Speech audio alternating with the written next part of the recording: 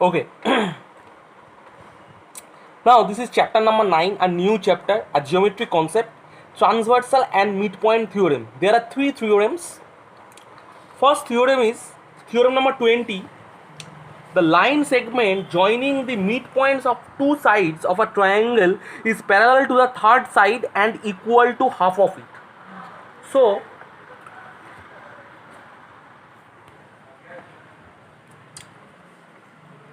if we draw a triangle, this is triangle ABC, and if midpoint of AB is P and midpoint of AC is Q, so if we join this PQ, so therefore PQ is parallel to BC always, and PQ is half of BC. This is known as midpoint theorem. This is very important theorem. Now how can we do this? Here we have to prove these two sides are parallel, and this is half of DE is half of BC. Here we have to do, if this is a triangle and D and E are the midpoints of AB and AC, therefore ED is extended up to F such that ED equal to DF and BF are joined. So how can we do this? We do this in this manner. If this is a triangle and these are the midpoints, this is A, B, C, E, D and F. We extended it in this form, that's why this one and this one means FD and DE are equal. FD and DE are equal. Now in this two triangle ADE and FBD, in triangle ADE and triangle BDF, first of all these two angles are equal. Why? Because these two angles are vertically opposite angle. Angle ADE equal to angle FDB, vertically opposite angle, vertically opposite. And the second one, these two are parallel and this is transversal. These two are also parallel, so therefore we can call that here FD and DE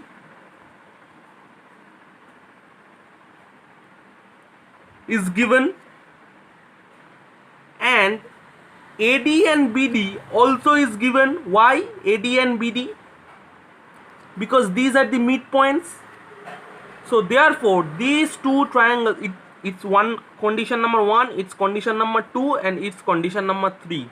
So therefore these two triangles are congruent to each other, these two triangles.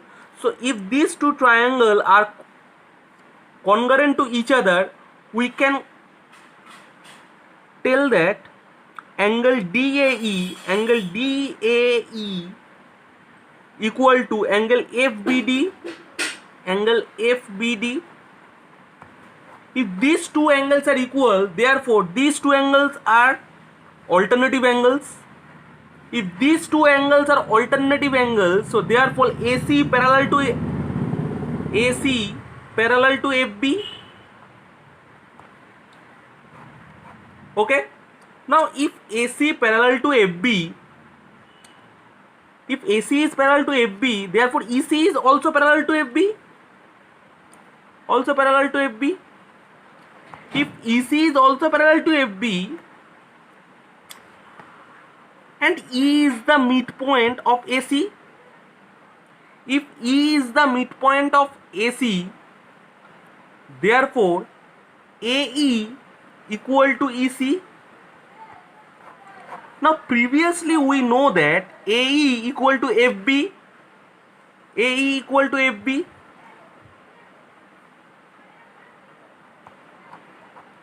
So therefore EC, this side and this side, these two are equal and also parallel. Therefore these are a parallelogram. These are a parallelogram. So if this is a parallelogram, therefore DE parallel to BC.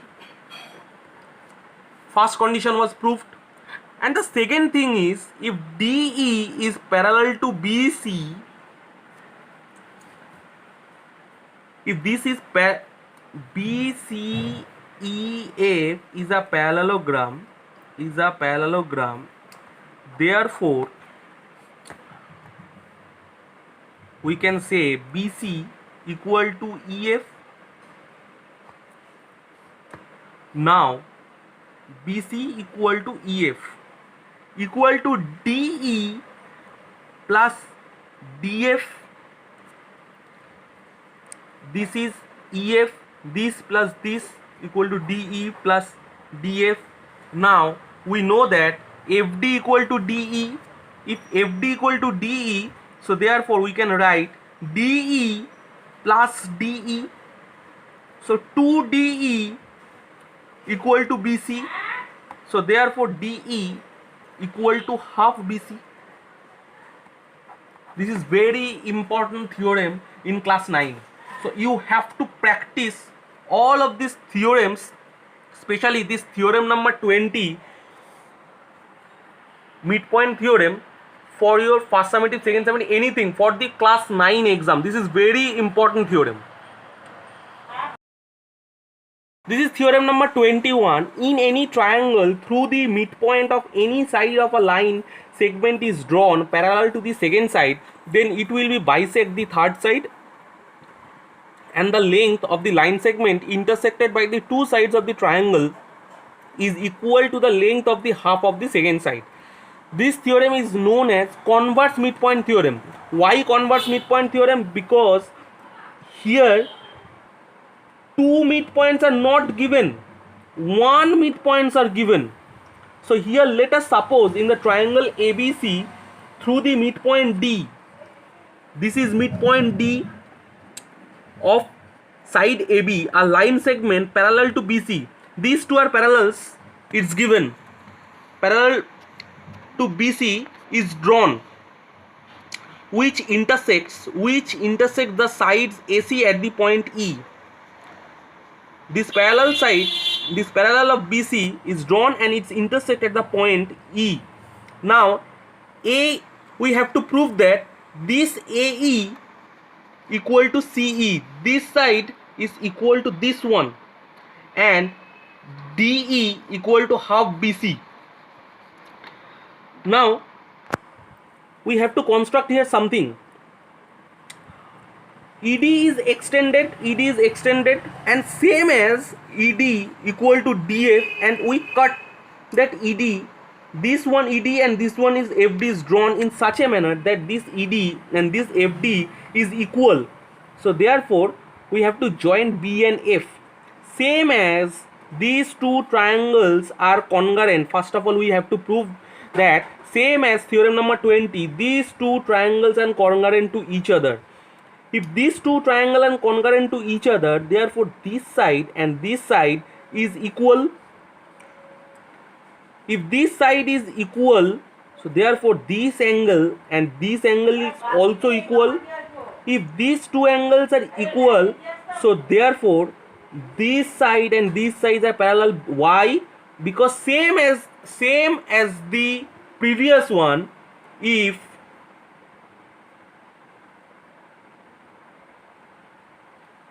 these two angles are equal, these angles are known as corresponding angles. No corresponding angles, it should be known as alternative angles. So if these two angles are alternative angles, therefore these two are parallel to each other. So if these two are parallel to each other, if AC is parallel to FB, so therefore EC is also parallel to FB. So therefore EC is parallel to FB. Now this parallel and this and equal to this one, so therefore this is a parallelogram. So if this is a parallelogram, so BC equal to FE, opposite sides of the parallelogram are equal, and BF is CE, BF and CE opposite sides of the parallelogram.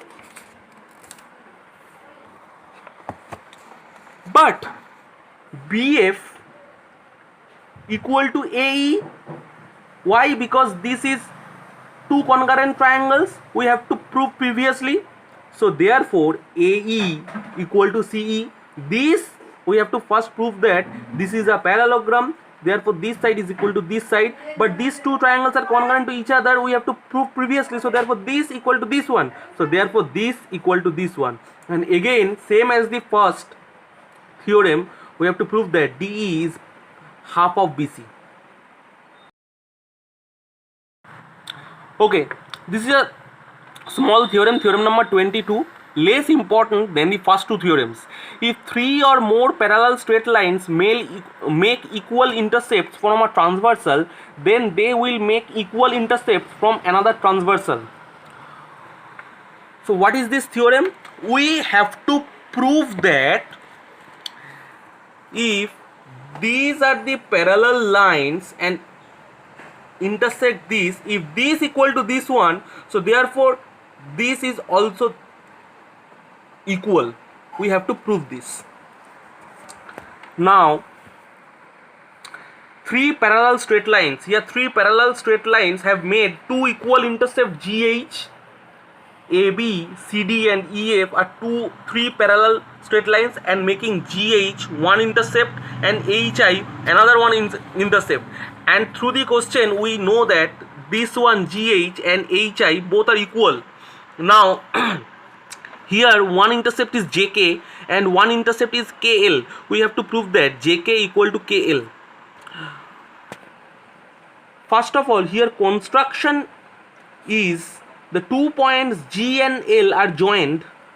This G and L are joined and this intersect this straight line CD at point T.